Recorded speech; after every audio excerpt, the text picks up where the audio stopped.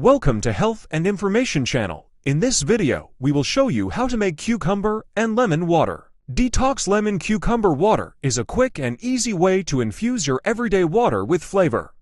For healthy skin, weight loss, and inflammation, it's the perfect way. Here is all you need. Ingredients: 1 medium-sized of cucumber, water, lemon.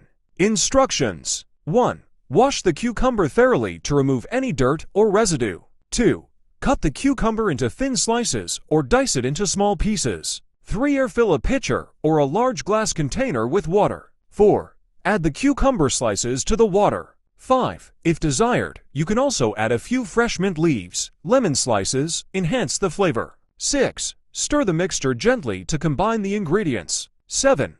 Place the pitcher or container in the refrigerator and let it sit for at least 1 to 2 hours to allow the flavors to infuse. 8. Once infused, you can strain out the cucumber slices, if desired, or leave them in for added visual appeal. 9. Serve the cucumber-infused water chilled or over ice. Drink this water when you first wake up. Your body will thank you for it. Thank you for watching. If you like my video, please subscribe and leave your comment below.